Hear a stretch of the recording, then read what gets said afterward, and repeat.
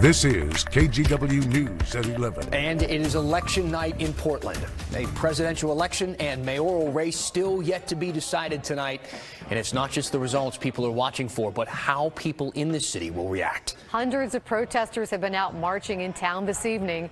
The protest started at Revolution Hall earlier in the evening. We'll have a live report in just a moment. And the race for president is looking increasingly likely it will be decided by a handful of yet-to-be-called battleground states. Neither President Trump nor former Vice President Joe Biden have enough electoral votes right now to claim victory. Biden did address supporters about an hour ago, expressing optimism. We feel good about where we are. We really do. I'm here to tell you tonight, we believe we're on track to win this election.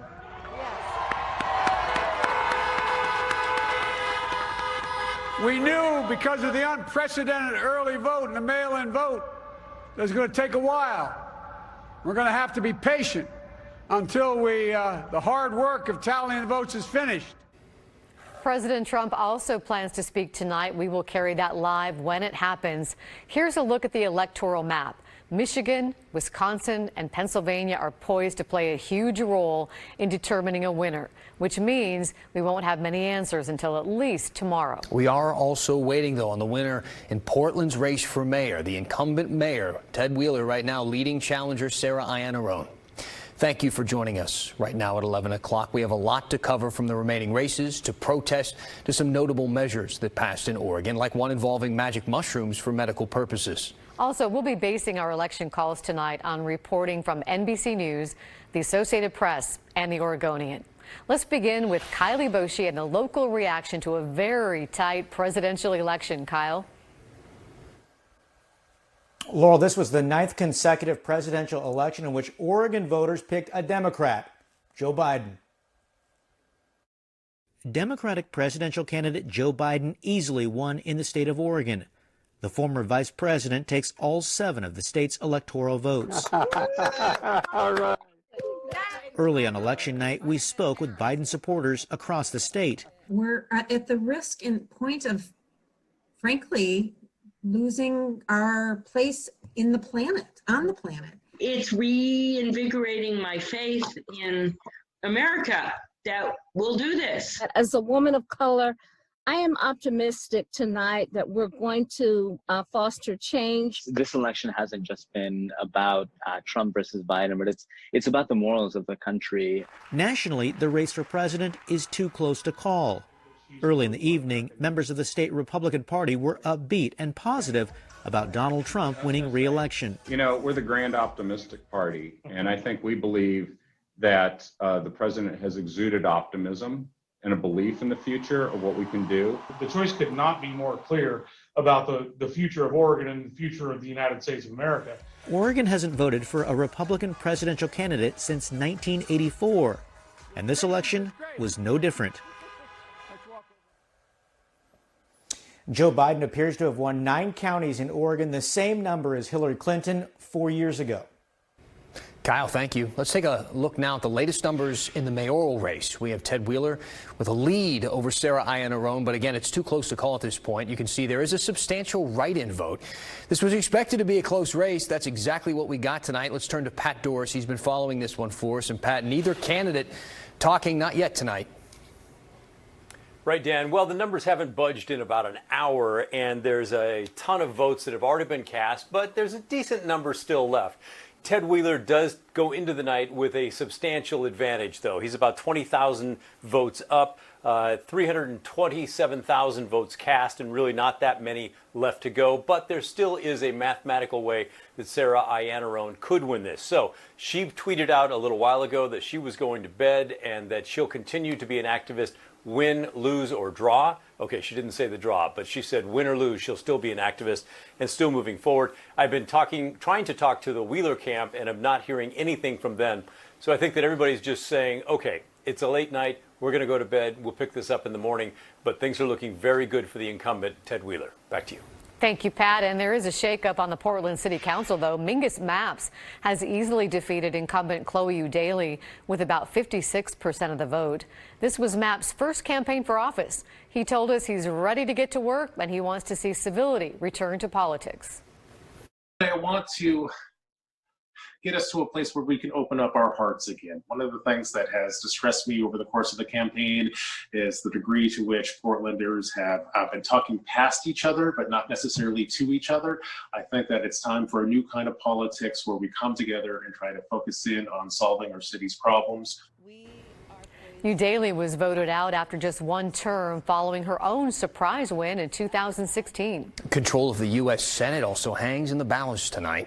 Democrats hoping to flip it while Republicans are seeking to stay in control. As of right now, NBC has it at a dead heat at 46 seats apiece for both parties. Those Senate numbers include Oregon, where incumbent Democratic Senator Jeff Merkley has defeated Republican challenger Jo Ray Perkins. Merkley has been in the Senate representing Oregon since 2009. Jo Ray Perkins previously ran for Senate in 2014, as well as the U.S. House in 2016 and 2018. As for the other chamber of Congress, NBC projects Democrats will keep control of the House. They came into the day heavily favored to maintain control after flipping the House in 2018. In the race for Oregon's Secretary of State, Democrat Shemia Fagan has won over Republican Kim Thatcher. Fagan will replace Republican Bev Clarno. Clarno was finishing Republican Dennis Richardson's term. He died last year following a battle with cancer. In Washington, Democratic Governor Jay Inslee has won re-election to a third term. He defeated Republican challenger Lauren Culp with about 60% of the vote. Speaking after the race was called, Governor Inslee said he will work to help all Washingtonians. No matter who you supported in this election, Trudy and I are going to get up every single morning trying to figure out how we can help to improve your lot in life and allow you to realize your dreams. That's what we do.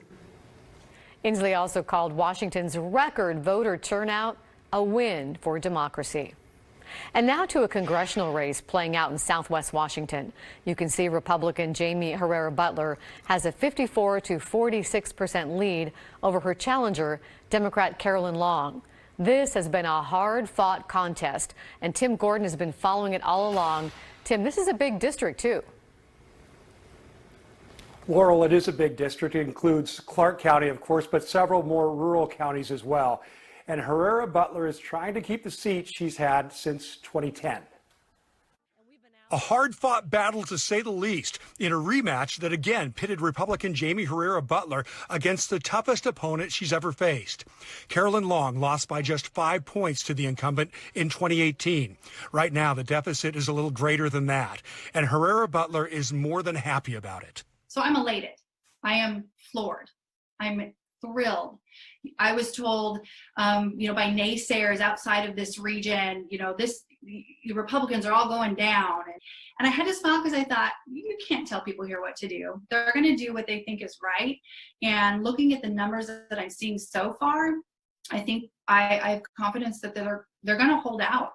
But Long, a Washington State University political science professor, says what she saw at the Clark County Elections Office again today has her still hopeful and wanting the remainder of ballots counted. As I drove by the auditor's office here in Clark County, and there were people wrapped around several blocks registering to vote and wanting to participate for the first time. And I think we owe them the respect that they deserve for wanting to participate before we decide, how we're going to move forward in this particular race. So, I'm not dodging anything. I'm just saying that it's time to let the votes be counted.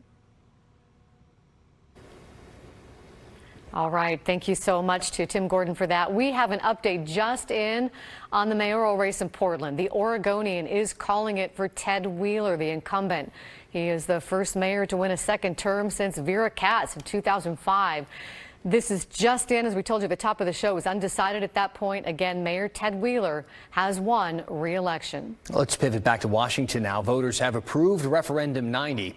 It will require all public schools to teach comprehensive sexual education that is medically and scientifically accurate, as well as age appropriate for all students. As we turn to some of the key measures on your ballot now, big wins tonight for schools and libraries, but a huge, hotly contested transportation bond bit the dust. Let's go to Maggie Vespa joining us now. Maggie, the Metro payroll tax was the last one on our list to be called this evening. Yeah, Dan, definitely. As you know, we've been watching kind of key, what we're sort of calling money measures, AKA, I want to show you the list of them now, the ones we've been watching. Those are measures that can kind of raise taxes on homeowners, employers, high earners, and so on to fund things like schools, libraries, and Metro had hoped major transportation projects. Again, this is our list, and you can see almost all of them passed, except for one. The campaign behind it called it Get Moving 2020, but voters stopped the Metro transportation tax dead in its tracks. A would-be tax on companies with more than 25 employees. It would have raised $5 billion for transportation improvements in more than a dozen corridors throughout the Metro area. Those opposing it, including major companies like Nike and Daimler Trucking, argued it would hurt businesses already suffering during the pandemic. Late Tuesday, a spokesperson for the campaign against the tax sent KGW a statement. It reads in part, in the future, Oregon employers should never be excluded or disregarded when local or state governments seek to raise new taxes. This victory demonstrates that the diverse voices of employers are always stronger when we are united and speak with a single, powerful voice. Metro's council president also issuing a statement, quote, though disappointed, we are still committed to the vision and to the community who helped identify and build the vision. The fact is, our communities, particularly communities of color and low-income families struggling the most right now, still need safer streets, better transit, and improved access to opportunity. Now let's run through the measures that passed. I am very stoked. Universal preschool given a big thumbs up by voters in Multnomah County. They approved a marginal income tax on high earners to pay for 7,000 free preschool slots by 2026. It's always been about, building this preschool program that is going to be the best in the country with community voice at the center and really recognizing the needs of children, of families, of workers in Multnomah County. And we've done that from the very first day, centering racial equity as a part of this program. Multnomah County voters also approved $387 million in general obligation bonds to modernize and expand libraries, while Oregon voters also approved raising taxes on tobacco and e-cigarettes to fund health care programs. Finally, a big win for Portland Public Schools. Voters approved a $1.2 billion bond to fund work modernizing high schools. Among them, Jefferson High School. Its student body is predominantly black, and administrators say this is overdue. We haven't, as a school system, done a very good job of supporting black and brown students historically, and we're making a lot of investments in the classroom, but also this is a huge investment in the capital and the infrastructure of that community, and we're really excited about it. Maggie Vespa, KGW News. We are expecting President Trump to speak at any moment, and will break away as soon as he does. Meanwhile, here's a look at the results of some other measures Oregonians voted on. Measure 107 on campaign finance limits has passed. It will amend Oregon's constitution to allow laws that limit political campaign contributions and expenditures, require those contributions to be disclosed, and require political ad campaigns to show who paid for them. Measure 108, a tax increase on cigarettes has passed. It'll be $2 per pack as well as $1 per cigar. This also taxes things like e-cigarettes and vaping products. Money will fund health programs in Oregon. The Portland Police Community Oversight Board. That measure has passed. The measure will amend the city's charter to authorize a new independent community oversight board. It will investigate complaints against Portland police and impose discipline. Oregon also legalized the medical use of psilocybin. That's the psychoactive ingredient in magic mushrooms. It will be allowed for use only in a supervised, licensed medical setting. The measure also creates a 2-year development period, as well as an enforcement and taxation system. The drug decriminalization measure passed tonight. It will provide statewide addiction and recovery services. Marijuana tax dollars will partly finance those services. This will also reclassify the possession of specified drugs and reduce penalties. Okay, one protest in Portland, we're told, is wrapping up now, but some demonstrators are still out in the city. Our Mike Benner is live at Revolution Hall, where a march began earlier tonight. Mike. Yeah, hey there, Dan. You said it. We're at Revolution Hall in Southeast Portland. This is where things started earlier this evening, and this is where things are ending, at least for a large contingent of people. And that is because we're hearing of several splinter groups that are still milling around the city. But again, things started here at Revolution Hall in Southeast Portland around 5 o'clock tonight. Several hundred people gathered here. They listened to speakers. This was a Black Lives Matter rally for the next several hours throughout this evening. Demonstrators marched through Portland, the southeast part of the city, that is, and it was relatively peaceful and nonviolent, aside from some graffiti and some vandalism to Central Catholic High School that our very own Catherine Cook reports seeing earlier tonight. We know that the Unified Command, made up of the Multnomah County Sheriff's Office, Oregon State Police, and the Portland Police Bureau, kept a close eye on tonight's demonstration.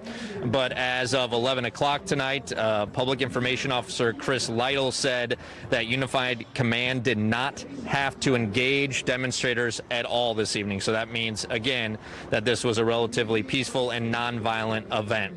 All right, back out here live in Southeast Portland at Revolution Hall. Things are wrapping up again for a large contingent of people.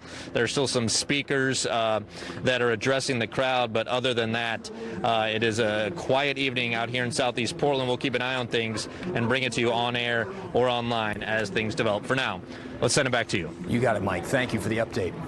Now, after the polls closed at 8 p.m. in Washington, there was a line of voters stretched around the Clark County Elections Office tonight. The line at one point was wrapping all the way around the building, some waiting in that line for an hour or so. Voters, some of them said they hadn't received a ballot, others registering and voting for the first time in Washington. A company even delivered some pizza to those people who were waiting. Not a bad move.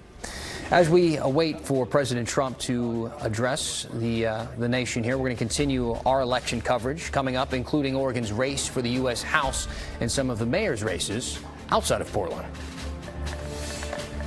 I'm Matt Safino. It was a very rainy election day here in Oregon. And you know what? There's more rain on the way pretty much every day this week. The biggest rain coming later in the week will let you know how much will fall and how cold it's going to get this weekend. You can also find updates on all the major races right now on KGW.com. As Dan mentioned, we're expecting President Trump to speak at any moment, and we'll bring you that live as soon as he begins. We'll be back after a short break. We'll see you in about a minute.